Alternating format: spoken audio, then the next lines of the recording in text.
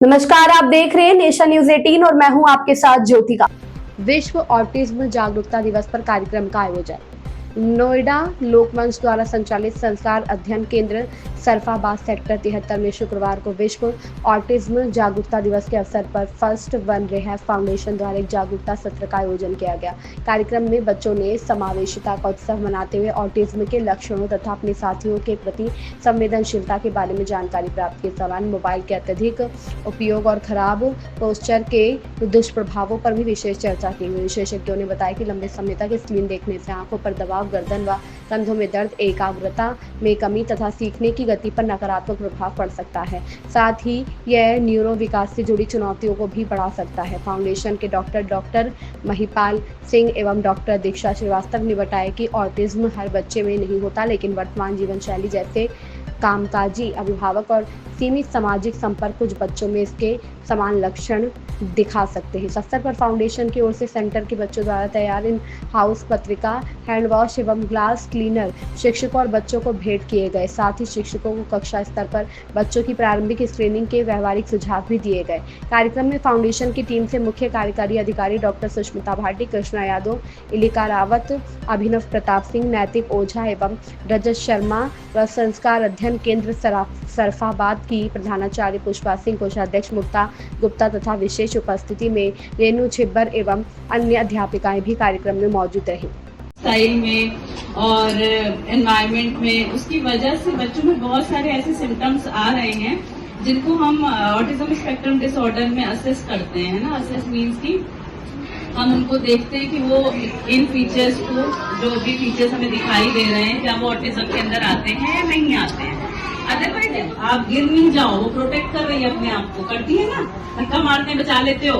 That is हमारी vestibular sense, हमारे body को प्रोटेक्ट करने की मैकेनिज्म है। आप ताकि गिरो नहीं, आप गिरो तो आपको चोट नहीं लगी। कभी देखा है गिरते ही सबसे पहले सर बचाते हैं, गिरते हैं ना, सर को ऐसे उठा लेते हैं तो सर पे चोट बहुत कम लगती है अगर आप थोड़े से भी अलर्ट होकर गिरे हो, है ना, क्योंकि हाथ रोक लेता है। तो ये बॉडी की प्रोटेक्टिव मैकेनिज्म है, आप बचा लेते हो अपने आप को।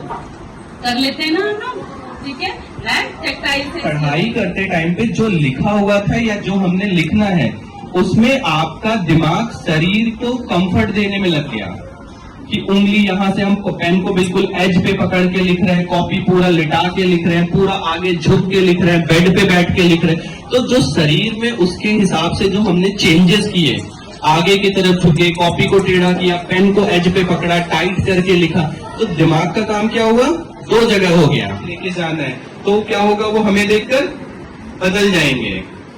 ऐसे करते हैं ना, जब हमारा दोस्त परेशान होता है तो हम क्या करते हैं, अरे चलो यार पानी पी के आते हैं, अच्छा चल ये देखते हैं, चल ड्राइंग बनाते हैं। हम उसे खुश करने की कोशिश करते हैं और फिर वो थोड़ी देर में क्या होता है, खुश हो जाता है। तो वैसे ही हमारा हेल्पिंग नेचर होना चाहिए। उसके लिए सबसे पहला हम क्या करेंगे, पेंसिल को ऊपर से पकड़ेंगे, पेंसिल लेना है ना।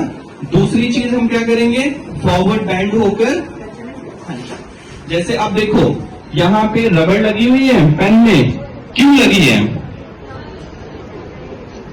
ये साइंटिस्ट लोग जो होते हैं ना, वो रुक गई, और जब बॉडी आगे झुकेगी और ऑटोमेटिक हम पेन को यहाँ पकड़ के लिखेंगे तो फिर हमारे यहाँ हाथ में दर्द आता है, हमारी सांस जल्दी फूलती है और हमारी ग्रिप खराब होती है।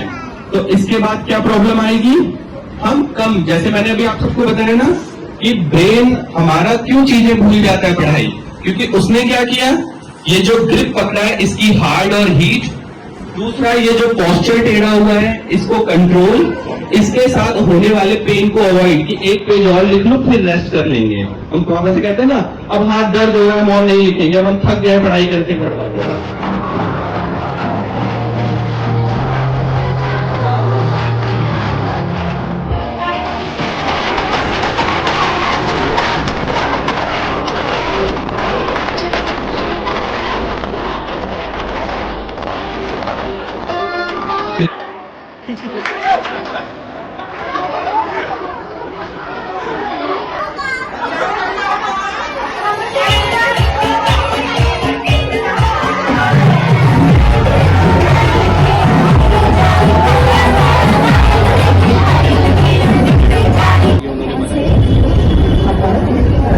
उन्होंने पकड़ के पीछे की तरफ ले बढ़िया था।